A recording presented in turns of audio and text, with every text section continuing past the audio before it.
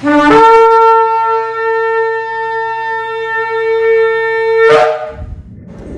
Shalom, esta es la congregación 20 Filadelfia del sector Candelaria y en Arecibo, y esta que le habla es la Roa y la doctora Maritza Rivera. Hoy venimos con una nueva parashá, la parashá número 48, la parashá Shoftim, y Shoftim significa jueces.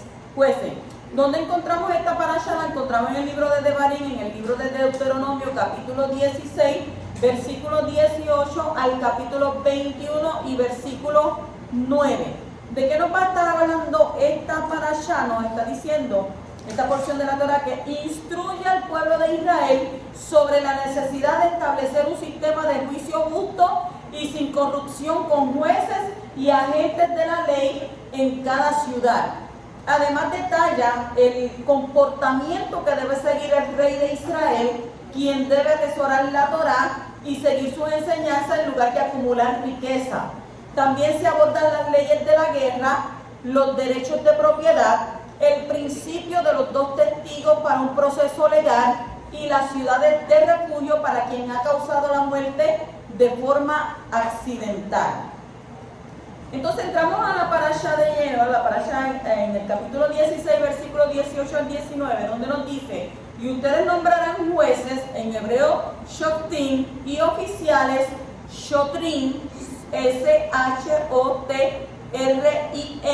Shotrim, que es diferente a Shoftim y significa oficiales, para todas las puertas en las ciudades que Yahweh su Elohim les está dando, tribu por tribu, y ellos juzgarán al pueblo con juicio recto, juicio justo, que se llama en hebreo Sedek Mishpat.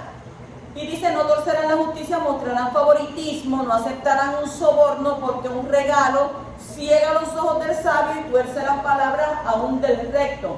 Y eso nosotros lo vemos mucho, ¿verdad? En nuestros países, donde aquel que tiene más dinero, aquel que tiene poder, aunque la persona haya cometido un delito, si por ejemplo, decirlo así, si es un hijo de un hombre pudiente, pues él mueve su dinero y entonces o le dan menos tiempo, o no coge cárcel, o le dan un desvío. ¿Por qué? Porque él paga por eso. Entonces, la semana pasada en la parashá Rey, Yahweh puso una bendición y puso una maldición ante los israelitas. Y la bendición fue el resultado de ¿qué? De obedecer los mandamientos de Yahweh, y la maldición fue el resultado de abandonarlos. O sea que cuando nosotros abandonamos al poderoso, todas las maldiciones recaen sobre nosotros, porque acuérdese que usted tiene una cobertura. Y esa cobertura es la cobertura que el poderoso pone sobre usted. Cuando usted abandona al poderoso, entonces el adversario tiene libre albedrío de entrar a su casa y hacer y deshacer como él quiera. ¿Por qué? Porque usted mismo le dio ¿qué? El permiso de entrar para hacer lo que él quiere. Entonces, por eso es que Abba en esta parashá pasada les habló, ¿verdad?, sobre una bendición y sobre una maldición, si obedecen o no obedecen los mandamientos, y si los cogen entonces y los abandonan. ¿Qué pasa en esta porción de la Torá de esta semana? Moshe entonces instruye a la nación de Israel en el nombramiento de jueces, y eso más adelante vamos a verlo, ¿verdad? Porque es que ellos quieren, ¿verdad?, instruir y poner jueces y oficiales de la ley. Entonces, ¿para qué es? Esto es para administrar justicia. O sea que estos jueces oficiales no solo enseñarían, sino que también interpretarían las leyes de la Torá. Entonces, hoy decimos, ¿verdad?, cuando nosotros vamos, muchos que han tenido que ir a la corte, usted ve que antes de que usted vaya a ir a testificar, ¿qué es lo que hace? ¿Le ponen qué? Le ponen una Torá, le ponen una escritura. Y usted tiene que, ¿qué? Alzar la mano derecha, no acá. Cuando le dicen alza la mano derecha, y usted, y el juez lo va a mirar y le dice: pero esto no sabe ni dónde tiene la derecha. Su mano derecha. Cuando usted alza su mano derecha, entonces usted va a prometer decir ¿qué? Prometo decir la verdad y nada más que la verdad y solamente la verdad. ¿Cuántas veces lo dice que diga la verdad? 3 veces. ¿Y cuántas veces la gente miente? Entonces, ¿cuál es la diferencia entre un juez y un oficial? Porque aquí nos está diciendo que tenga Shoftim y que tenga Shotrim. Un juez se refiere a alguien calificado para él poder emitir juicios de acuerdo con las leyes de la Torá. En aquel tiempo que eran leyes de la Torá, porque hoy en día usted sabe que es diferente cómo se trabaja en lo que en las cortes.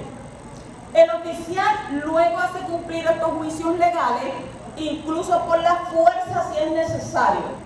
Entonces el profeta hebreo Yeshaya prometió que llegaría el día en que los jueces serían restaurados como en los días de antaño, y eso lo dice en Yeshaya 1:26, donde dice: estableceré tus shoftim, tus jueces como antes, y tus consejeros como al principio, y después de eso tú serás llamada la ciudad de rectitud, la fiel ciudad, madre de Sión.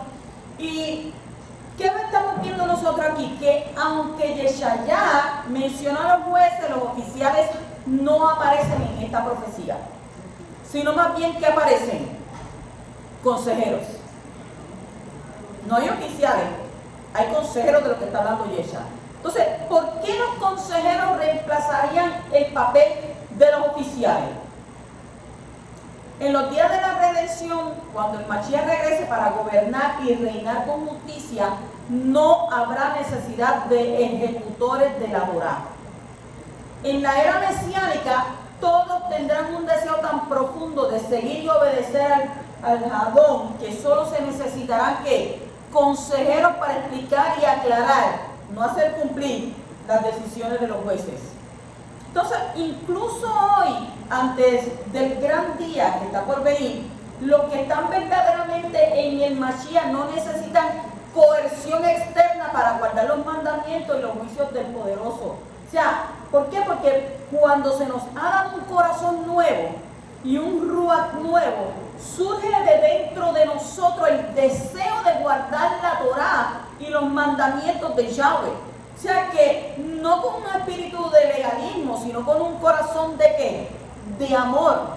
Yehezkel 36:27 dice: yo pondré mi ruach dentro de ti y causaré que vivas por mi Torá, que camines en mis ordenanzas y guardes mis juicios y los hagas, o sea, los obedezcas. ¿Por qué? Porque quiere decir que cuando si usted verdaderamente aceptó a Mashiach como su único y exclusivo Salvador, públicamente usted viene a una congregación y usted dice que usted viene a adorar al poderoso, usted todo alaba por su Hijo, que nos salvó, que no esto, quiere decir que a usted no hay que estar ahí empujándolo. A usted no hay que estar diciéndole: adore, busque, llame, esto. ¿Por qué? Porque ya dentro de su corazón el ruach del poderoso está dentro de usted, y usted por consiguiente, por agradecimiento, porque hay que agradecerle a Abba todo. Usted abre los ojos, usted puede caminar, usted no está enfermo, pues nada más que por eso usted viene a adorarle. Toda rabá y agua, porque mira, yo ahora puedo caminar, puedo ver, puedo escuchar, y si miramos más adelante vemos que hay gente que no puede escuchar, que hay gente que no puede hablar, que hay gente que no puede ver, que hay gente que no se puede mover. Y entonces, ¿por qué tenemos que adorar al poderoso? Porque tenemos que tener agradecimiento nada más. Con usted abrir los ojos ya, con usted eso, ¿usted qué hace? Obedecer. Entonces, para que aquellos crean en Yeshua, pero no observan sus mandamientos en la Torá. Sí, yo creo en Yeshua, yo creo que Él murió, yo creo que Yahweh lo envió, yo creo que Él murió por mis pecados. ¿Pero qué hacen? No observan los mandamientos. Entonces la pregunta que debemos hacer no es ¿por qué no? ¿Por qué no? O la persona no sigue verdaderamente a Yeshua y no está llena de su ruach, o ha recibido y aceptado solamente una enseñanza de una falsa como dice, pero una falsa gracia, que enfatiza erróneamente la libertad de la culpa sobre la libertad del pecado. Entonces, ciertamente Yeshua no pagó el precio máximo para liberarlos de la esclavitud del pecado, para que podamos seguir pecando sin culpa, quebrantando los mandamientos de la Torá. Él dio su vida. Él dio su vida. Entonces, ¿qué dice Yohanan 3:4? Todo aquel que practica el pecado está violando la Torá. En verdad, el pecado es transgresión a la Torá. Entonces tenemos que ir en pos de ¿qué? De la justicia para todos. Y usted dice: wow, pero esto está fuerte. No está fuerte, es que la Torá lo dice. La Torá lo dice. Entonces, leemos entonces de nuevo, ¿verdad? El versículo 19, porque ahí tenemos que enfatizar algo en el versículo 19, donde dice: no torcerán la justicia o mostrarán favoritismo y no aceptarán un soborno, porque un regalo ciega los ojos del sabio, tuerce las palabras de aún es recto. O sea, esta pareja advierte que los jueces, los magistrados, no deben mostrar ningún tipo de parcialidad o de favoritismo. ¿Por qué? Porque se les prohíbe aceptar soborno. En aquel tiempo, imagínense cuántas cosas les darían de soborno, el oro, ¿verdad? Cosas así, pero en este tiempo, ¿qué es lo que se da? Dinero. Se les da dinero, y si no se les da dinero, pues mira, un CD, pero no es un CD de música, es un CD de ahorro, ¿ves? Todo lleva ¿a qué? Al dinero. Entonces, está escrito que Yahweh no muestra favoritismo, pero Él acepta a cualquiera de cualquier nación que le tema y haga lo correcto, según Hechos capítulo 10 y versículo 34. En el capítulo 16, 20 dice: Sedek, Sedek, Tirdof. ¿Qué quiere decir esto? Justicia, solo justicia perseguirán, para que vivan y hereden la tierra que Yahweh su Elohim les está dando. Ok, la justicia siempre ha sido un valor fundamental en el judaísmo, los israelitas. Por lo tanto, tenía que administrarse sin ¿qué? Sin corrupción. Y los casos difíciles podían remitirse a un tribunal superior que se llama el Sanedrín en la época del segundo templo, del segundo Mishkan. Hoy nosotros sabemos que cuando nosotros podemos ir al tribunal, y entonces si no se resuelve nada en el tribunal, te mandan a aquel otro tribunal, al superior. Si no se resuelve nada en el tribunal superior, ¿a dónde te mandan? ¿A dónde? ¿Al tribunal qué? Tribunal más arriba, ya que es el que está ligado a nosotros, ¿verdad? El de Estados Unidos, que estamos ahí juntos. Entonces, ¿qué sucede? Al Tribunal Federal. Entonces, si en el Tribunal Federal, ahí definitivamente que sí lo van a resolver. Te van a meter preso. Si acá no te pasaron la mano, allá te van a meter preso. Esa gente no come cuento. En el Tribunal Federal no comen cuento. Y si es en la Florida y es una persona que mata a alguien, ellos tampoco comen cuento. ¿Ley de qué? Ley de muerte. En la Florida está la ley de muerte. Entonces, ¿a qué nos manda el poderoso? Les manda que administren sin corrupción. O sea, que se requería primero que una investigación exhaustiva de los delitos para castigar a un criminal, y se requería un mínimo de 2 testigos creíbles. Y yo le voy a hacer una pregunta entonces. Si ellos están diciendo aquí que se debe Tirdof, justicia, solo justicia se perseguirá, ¿quién mató a Yeshua? ¿Usted cree que hicieron un juicio justo a Yeshua?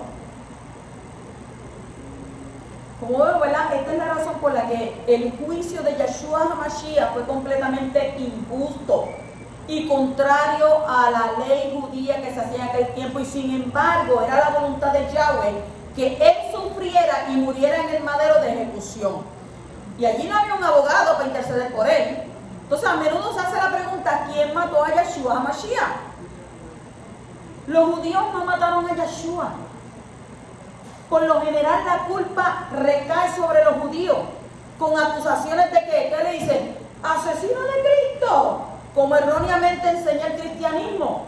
O sea, que alimentan el fuego de ¿qué? Del antisemitismo a lo largo de los siglos. Pero, ¿es cierta esta acusación? Para responder a eso solo necesitamos mirar el registro del juicio de Yeshua. ¿Por qué? Porque Yeshua no recibió un juicio por jurado. ¿Había un jurado allí? No había jurado. O sea, en la ley judía el juez escucharía, evaluaría una acusación de 2 testigos imparciales. Si 2 o 3 testigos estuvieran de acuerdo, entonces el juez emitiría una condena. Pero en el caso de Yeshua, los testigos en su contra presentaron un falso testimonio. Y eso podemos ver en Marcos 14, 55 al 56, donde dice: los principales Kohanim y todo el Sanedrín trataron de ¿qué? De encontrar evidencia contra Yeshua para así poderle darle muerte, pero no pudieron encontrar ninguna. ¿Por qué? Porque mucha gente dio falso testimonio contra él, pero sus testimonios no coincidían entre sí. Entonces, debido a que el testimonio de los testigos no coincidió, los jueces no pudieron condenarlo. Por lo tanto, ¿qué hicieron? El Sanedrín no tuvo otra opción que preguntarle a Yeshua directamente, ¿verdad? Como para decir, pues, como ellos no encontraron causa contra él, vamos a buscar entonces nosotros la causa. Y le dijo ¿qué? ¿Qué le dijeron directamente? Le decían al Mashiach, el Ben Elohim. ¿Qué le preguntaron ellos? ¿Tú eres el Mashiach? Le preguntaron a Yeshua directamente si decía ser el Mashiach, si era el hijo de Yahweh, y un cargo que confesó posicionándose así como culpable de blasfemia que conllevaba la pena de muerte. Entonces, Marcos 14, 61, 64 también habla al respecto. Dice, pero él permaneció en silencio, no dio respuesta, y de nuevo el Cohen Hagadol le cuestionó, ¿eres tú el Mashiach Ben Hameborach, el hijo del bendito? O sea, en Isaías 53, 7 y 12 dice, entonces según leemos el versículo 12, respondió Yeshua, Enam, yo soy. Además ustedes verán al Ben Hadad establecido como la diestra de Hageburá, del poder, y viniendo en las nubes del Shammai. Esto está en Yohanan 9:9, 8:24, Salmo 110, 1:5, Levítico 5:1, Éxodo 3:14, Marcos 16:19 y Daniel 7:13 al 14. Entonces, en el 63 dice, en este momento el Cohen Hagadol, ¿qué hizo? Rasgó su túnica y dijo, ¿por qué todavía necesitamos testigos? Mira lo que le está diciendo.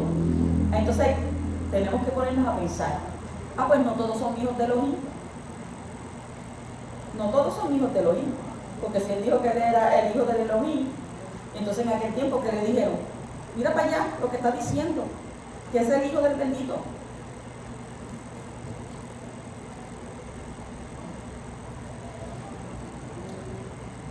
¿Por qué entonces dijo él, por qué todavía necesitamos testigos?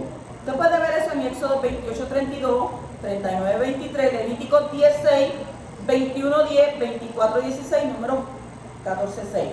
Entonces dice, ¿qué dijeron ellos? Ustedes me oyeron blasfemar. ¿Cuál es su decisión? Y dice que todos le declararon culpable y sujeto a pena de muerte, según Levítico 24:16. Entonces, este interrogatorio esencialmente revela que ni el Sanedrín judío ni las autoridades romanas podían haber matado a Yeshua sin su cooperación. Incluso algunos de los soldados romanos llegaron a creer que Yeshua realmente era el hijo de Elohim. Matitillán 27:54 dice, cuando el oficial romano y aquellos que con él estaban vigilando a Yeshua sintieron el terremoto y vieron lo que estaba pasando, se atemorizaron y dijeron, él en verdad era el Ben Elohim, era el hijo de Yahweh. Entonces, para responder la pregunta de quién mató a Yeshua, solo necesitamos mirar su juicio para ver que él voluntariamente le dio a las autoridades la confesión que necesitaban. ¿Para qué? Para condenarlo a muerte. Yeshua, sin embargo, dijo que él dio, ¿qué? Dio su vida por su propia voluntad. ¿Para qué? Para salvarnos de nuestros pecados como el Mashiach prometido. Dijo con sus propias palabras en Yohanan capítulo 10, versículos 17 al 18. Por esto, el Padre se deleita en mí, porque estoy entregando mi vida para que pueda recibirla nuevamente. La está dando, pero él la va a recibir otra vez, le está diciendo. Ahí mismo le está diciendo, yo voy a estar en la resurrección. Entonces dice, nadie me la quita. Por el contrario, yo la pongo de mi propia voluntad. Yo tengo la autoridad para ponerla y tengo la autoridad para volverla a tomar. Y esto es lo que mi padre me ordenó que hiciera. Y si su padre le ordenó que hiciera, mire qué obediente Yeshua. Por eso dice que cuando él estaba orando le salían lágrimas de sangre. No, y si bien en este tiempo también ya no son de sangre, son de coágulos de sangre. Por el tiempo que estamos nosotros viviendo. Entonces había que mantener una nación, ¿verdad? Kadosh, Levítico 20:26 dice, más bien, Más bien ustedes, pueblo, serán Kadoshim para mí, porque yo Yahweh soy Kadosh, y yo los he apartado de todas las naciones para que ustedes me pertenezcan a mí. Y uno de los propósitos que Yahweh eligió para sí mismo fue para poder mostrarle al mundo cómo es la Kadoshá. Entonces la Parashá Shoftim, por lo tanto, prohíbe lo siguiente: la idolatría. Y vamos a entrar en eso. El capítulo 17, el Yahweh prohíbe la idolatría, y cualquiera que sea declarado culpable de este crimen dice que sería apedreado hasta la muerte de acuerdo con las leyes de la Torá, con el testimonio de 2 o 3 testigos. ¿Lo dice o no lo dice? Pues entonces nos vamos al versículo 6 de ese capítulo 17, donde dice: la sentencia de muerte será llevada a cabo solamente si hay testimonio de 2 o 3 testigos. No será sentenciado a muerte con el testimonio de solamente un testigo. ¿Cuántos testigos hubieron en el juicio de Yeshua? Hubieron un montón. Falsos testigos. Pero ninguno pudo, ¿qué? Probar nada. Entonces, ¿por qué se aplicaron castigos tan severos? Aquí dice, por adorar a dioses falsos.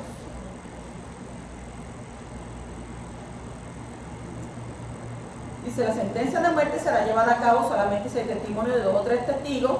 No será sentenciado a muerte con el testimonio. O sea, aunque en nuestros días existe un gran énfasis en los derechos humanos y el libre albedrío, la Torá de Yahweh se preocupa por preservar la pureza, la piedad. Al eliminar ¿qué? Al eliminar el mal de la nación, dice que ahí entonces se protegía ¿qué? La Kadoshá. Yeshua era Kadosh. Vivía Kadosh. Yeshua no adoraba imágenes. Yeshua no seguía dioses falsos. Y Yeshua lo que hizo fue que la voluntad de su Padre. Entonces, aún con todo eso, los testigos falsos que dijeron, tu Padre. Okay. Continúa en el capítulo 17:7. Estamos hablando de esos testigos, ¿verdad? Estos testigos serán los primeros en apedrearlo a muerte. Después todo el pueblo lo apedreará, y así pondrán fin a esta perversidad de ustedes. El ocultismo, satanismo y brujería, todas las formas de prácticas ocultas también conllevan la pena de muerte. O sea que estos incluyeron muchas prácticas espirituales que son comúnmente hoy en día y en su mayor parte ampliamente aceptadas. Porque hoy en día se practica ¿qué? La hechicería, la adivinación, el horóscopo, la brujería, la astrología, la santería, a escuchar psíquico, a escuchar medium y aquellos que actúan como un canal para los espíritus de los muertos, que son los sheidim, que son los demonios. Entonces, Yahweh reconoce que los paganos participan en lo oculto, pero estas prácticas son parte de lo que conduce a la caída de ¿qué? De las naciones, y está prohibida para el pueblo de Yahweh. Porque a veces usted está pasando los algoritmos de TikTok y aparece una persona: mira que tú que estás viendo esto, que si te van a decir esto, que si te va a llegar aquello, que si te van a de esto, que... Entonces, si usted se detiene a escucharlo, ¿qué está abriendo usted? Está abriendo puertas y está abriendo el oído.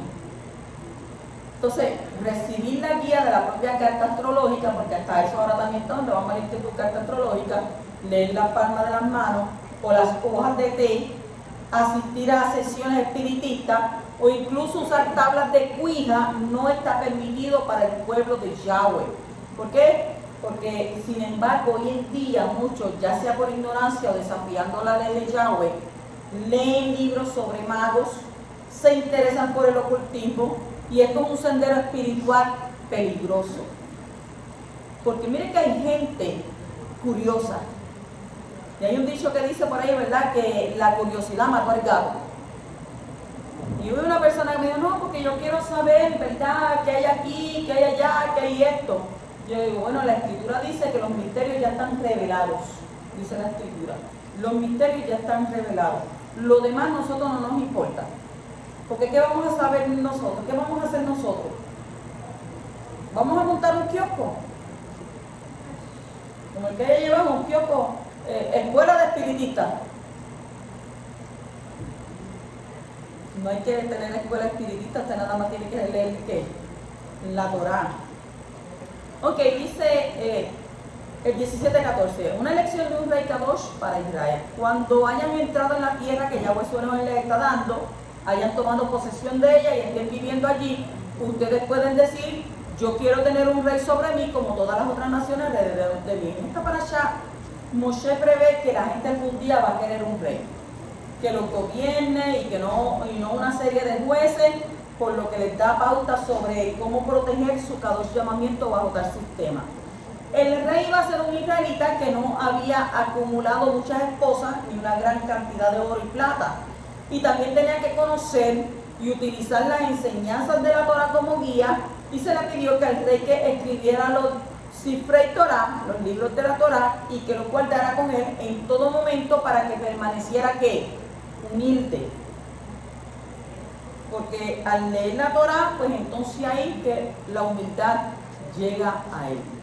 El 17, 14 al 17 dice, cuando hayan entrado en la tierra que Yahweh su Elohim les está dando, hayan tomado posesión de ella y estén viviendo allí, ustedes pueden decir, yo quiero tener un rey sobre mí como todas las otras naciones alrededor de mí. En ese evento nombrarán como rey el que Yahweh su Elohim escoja. Él debe ser uno de sus hermanos. Este rey que nombren sobre ustedes, les está prohibido nombrar un extranjero sobre ustedes que no sea su hermano. Sin embargo, él no adquirirá muchos caballos para sí o hará que el pueblo regrese a Misraim para obtener más caballos, puesto que Yahweh les dijo que nunca regresaran por ese camino, y asimismo no tomará para sí muchas mujeres para que su corazón no se extravíe como Salomón, y no adquirirá cantidades excesivas de plata y de oro. Yahweh les deja saber que una vez entren en la tierra que les ha dado, sabe que ellos querían ¿qué? Ellos querían imitar a las demás naciones, pidiendo que querían tener un rey. Entonces, ¿qué dice en estos textos? Que Yahweh mismo es el que se va a encargar de buscarles un rey. Porque cuando el ser humano escoge mal. Y el Creador sabe lo que nosotros necesitamos. La necesidad de ellos de tener un rey era ¿por qué? Porque, póngase usted a analizar, como ellos vivieron en Misraim, ellos aprendieron a obedecer al faraón. Entonces ellos veían al faraón, ellos le temían a ese hombre, el cual, ¿verdad?, estaba ahí para hacerlos cumplir a ellos lo que el faraón quería. Y ellos, ¿cómo lo veían al faraón? Lo veían como un Dios, lo veían como un Elohim. Entonces, al igual, ellos cayeron en ¿qué? En el pecado del becerro de oro. ¿Por qué ellos cayeron en el pecado del becerro de oro? Porque ellos no vieron a Moshe. Ellos querían ver ¿qué? Ellos quieren ver al hombre, ellos quieren ver a alguien que esté ahí al frente, dirigiéndole, guiándole, mostrándole, revelándole y diciéndole, tienes que hacer las cosas así, no te vayas a la derecha, no te vayas a la izquierda, haz esto, haz lo otro. Y por eso la Escritura dice que debemos creer por emuná y no por vista. Porque Jesús mismo nos dijo, este pueblo va a querer creer ¿por qué? Por vista, pero no se le va a dar para que crean por emuná. Y también Shaul lo dijo. O sea, por fe, no por vista es que tenemos que nosotros caminar. Entonces, ¿por qué querer tener un rey? ¿Por qué ellos quieren tener un rey? Si ellos mismos estaban viendo que estaban saliendo de Misraim y todo lo que ellos vivieron fue ¿qué? Esclavitud, fue dolor, fue castigo, fue hambre. ¿Por qué entonces clamaron al poderoso? Entonces clamaron a Abba, y con todo eso, ¿a quienes ellos vieron? A Moshe. O sea, que entonces después que ellos pasaron a la tierra, ellos dijeron, no, pues yo necesito un rey donde yo pueda ir donde él y hablar con él. Y desecharon ¿a quién? Al Creador. 17, 18 al 20 dice, cuando él haya llegado a ocupar el trono de su reino, él escribirá una copia de esta Torah en un rollo para sí mismo, de la que los Coanín y los Levín usan, permanecerá con él y él la leerá todos los días por todo el tiempo de su vida para que él aprenda a temer a Yahweh su Elohim y guarde todas las palabras de esta Torah y estas leyes y las obedezca, para que él no piense que es mejor que sus hermanos y para que no se vuelva a la derecha ni a la izquierda de los mismos de Yahweh, y de esta forma él prolongará su propio reino y el de sus hijos en Israel. Yahshua fue reconocido como el rey de los Yahudí, como estaba escrito, ¿verdad?, en el letrero colocado sobre su cabeza. Yahshua, rey de los Yahudí. En Matitiyá 27, versículo 11 al 37 dice, mientras tanto Yahshua fue llevado ante el gobernador y este le hizo esta pregunta, ¿eres tú el rey de los Yahudí? ¿Y qué le respondió Yeshua? Yeshua le dijo, tú lo has dicho. Y en según ¿verdad? Marcos 15:2, Lucas 22:70, dice, por encima de su cabeza pusieron un letrero donde estaba escrita la causa de su condena. La causa de su condena. Este es Yeshua de Nazaret, el rey de los Yahudí, según Marcos 15:26, Lucas 23:38 y Yohanan 19:19. O sea, que cumplió con todos los requisitos del parentesco. ¿Por qué? Porque era un israelita, era un hombre humilde que vivió una vida sencilla y enseñaba la Torá. Él era personificación ¿de qué? De la Kadushá. Entonces, según una profecía mesiánica, el Mashiach gobernará y reinará como rey en el trono de su antepasado David con perfecta justicia y rectitud por los siglos de los siglos. Yeshayá 9:6-7 dice, porque un niño nos es nacido, un hijo nos es dado, el gobierno estará sobre sus hombros, él será llamado Pele Yoetz, el Gibor Adi-Atza Shalom. ¿Qué quiere decir eso? Admirable, consejero, Elohim fuerte, Padre eterno, príncipe de paz, de Shalom. O sea, un gobierno se expandirá y la Shalom no tendrá fin para el trono de David y su reino que ya sostiene con justicia y rectitud desde ahora y para siempre. Y el celo de Yahweh Sebaot hará esto, segunda de Crónicas 13:5. Aunque él reinará físicamente sobre la tierra desde Jerusalén cuando regrese, su reino está establecido ahora en los corazones de aquellos que son sus creyentes. Aquellos de nosotros que lo seguimos comprendemos que él nos ha dado ¿qué? Una visión clara de Kadushá, llevando que la observancia de los mandamientos y las instrucciones de la Torá a su ¿qué? A su plenitud. Entonces, debido a que él da a conocer su plenitud de la ley en la Torá, cada uno de nosotros tiene que vivir ¿qué? Debería de vivir en justicia. Yohanan 13:17 que dice, si ustedes saben estas cosas, benditos son si las hacen. Pero hay gente que las sabe y no las hace. Entonces tenemos que confiar en Yahweh para tenerle que el triunfo. En esta parasha, Yahweh le da al pueblo leyes para hacer la guerra, para mantener la pureza en el campamento. Y Moshe le dice al pueblo que no tengan miedo de los habitantes de la tierra prometida durante la batalla, porque Yahweh estará con ellos. Y antes de la batalla, los Kohanim debían animar a las tropas a confiar en el poderoso. O sea, Yahweh les dio la tierra. Y mucha gente dice, pero es que vinieron y sacaron a esa gente que estaban ahí. ¿Por qué sacaron a esa gente que estaban ahí? La Escritura dice, toda la tierra te adorará. Toda la tierra. Entonces, esa gente que estaban ahí no estaban adorando. ¿Estaban adorando qué? Dioses paganos.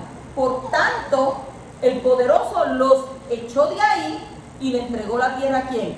A los israelitas. Entonces, tenemos que confiar en Yahweh para poder nosotros tener el triunfo. Y en esta parashá es tan grande, ¿verdad? La enseñanza que nos da a nosotros, que nosotros tenemos que abrir ¿qué? Shema nuestros oídos para poder ¿qué? Entender lo que nos está diciendo. En todo tiempo tenemos que estar ¿qué? En obediencia a su mitzvot. En el 18:14 dice, porque estas naciones que ustedes están al desposeer escuchan a los agoreros y adivinos, pero a ustedes Yahweh su Elohim no les permite hacer esto. Y hay falsos profetas. O sea que la mentira y el engaño es otra forma de maldad que contamina la Kadushá. Si advierte a Israel que tenga cuidado con los falsos profetas, porque solo se puede confiar en aquellos cuyas palabras se hagan realidad como verdaderos profetas de Yahweh. Si viene un profeta y te dice algo y no se dio, pues no es profeta de Yahweh.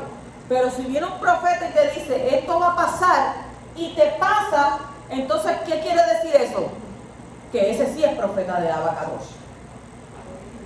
Entonces nosotros tenemos que, ¿qué? El querer hacer la voluntad del poderoso. Capítulo 18:22 dice, cuando un profeta habla en el nombre de Yahweh, y las predicciones no se hagan realidad, esto es, la palabra no es cumplida. Entonces Yahweh no habló esa palabra y el profeta que lo dijo habló presuntuosamente, no tiene nada que temer de él.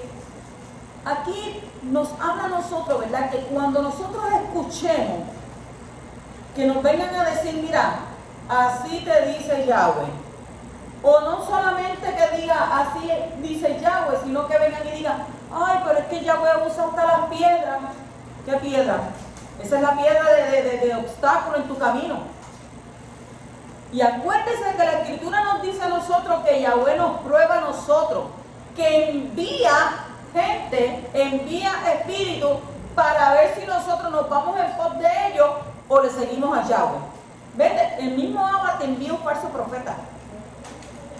No, mira y podemos ver eso en las Escrituras, ¿verdad? Muchas veces de que le dijeron a un profeta, mira, cuando tú vayas y lleves la profecía, no te pares en el camino, no escuches a nadie y síguelo de largo. Pues.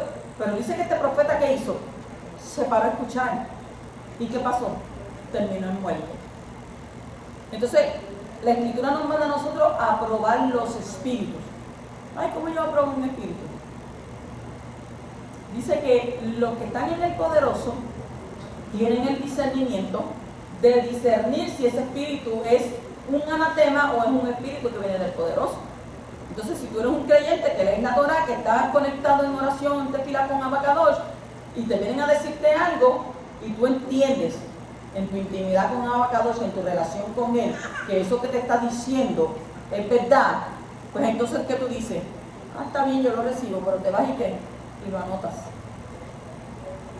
Y si te sale de Yahweh, y si no te sale, pues no es de Yahweh. Y aunque puede pasar tiempo, quizás pase 10 o 15 años, y mira, me vino a salir ahora. Ah, porque no era el tiempo de Yahweh en aquel tiempo. Porque el tiempo de Yahweh es perfecto. Ok. Hablamos entonces sobre el asesinato, las ciudades que se dejaron a un lado como refugio para alguien que mató a otro sin querer. El capítulo 19:4 dice, el homicida que vivirá si huye hacia allí es alguien que ha matado accidentalmente a su prójimo, miembro de la congregación que no le odiaba en el pasado. Sin embargo, cualquiera que asesine intencionalmente a alguien que no tenía derecho a buscar refugio en estas ciudades, sería que removido por la fuerza para ser entregado al vengador de la sangre para que muriera en su mano. El derramamiento deliberado de sangre inocente se llama asesinato y esto conlleva la pena de muerte. Y últimamente estamos viendo a tantas personas que le quitan la vida a personas inocentes como comerse un chicle, como si nada. No hay empatía, no hay sentimiento, no hay un pensamiento que diga bendito, mira que le va a doler, que le esto. No, nada, te voy a la quito y ya se acabó. O sea, dice que en este tiempo el amor se va a enfriar.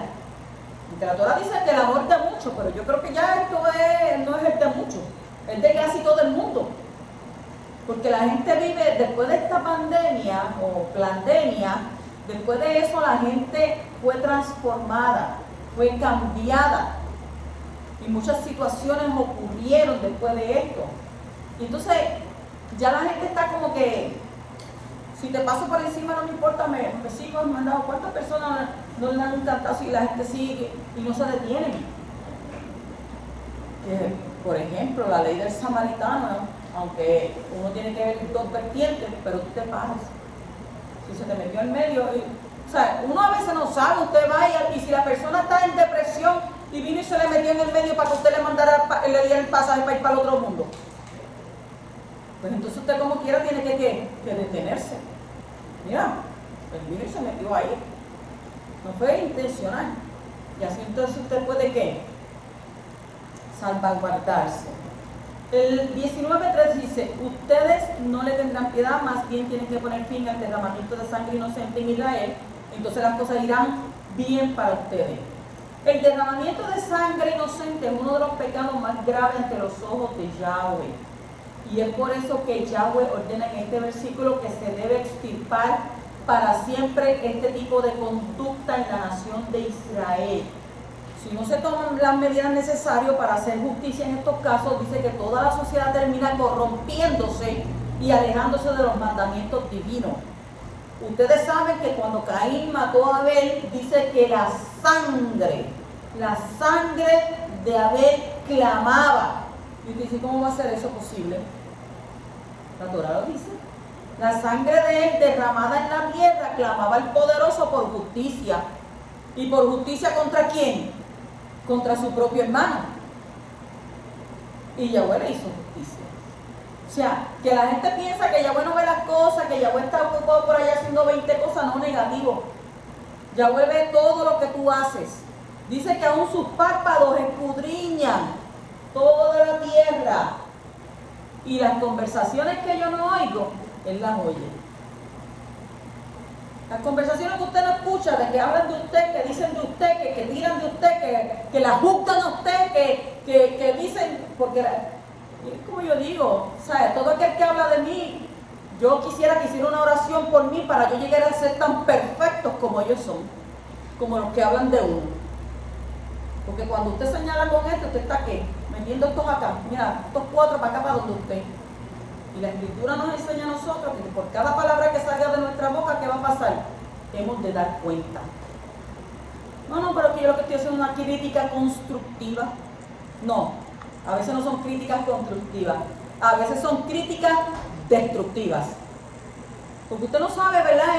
En un momento dado cómo amaneció esa persona. A mí siempre me tildan de seria, y yo ando seria.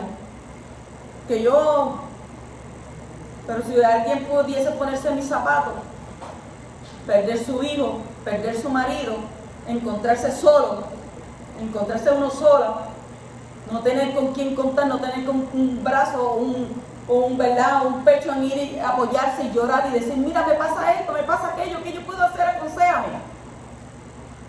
Pero la gente simplemente juzga la apariencia. Y la Escritura mismo dice que Yahweh no juzga la apariencia. Dice, ustedes juzgan por lo que ven, pero yo juzgo el corazón. ¿Sabe? Si usted ve que uno es serio, si usted ve que uno, ¿verdad? Pues no está riéndose, es porque aprendimos a ser así. No es que no tenemos sentimientos, es que hemos tenido tantas decepciones y hemos tenido tanto dolor en nuestra vida que uno aprende a ser ¿qué? La vida te enseña a ser fuerte. Porque si yo no fuera fuerte, yo no estuviera aquí de pie, con todo lo que yo he pasado.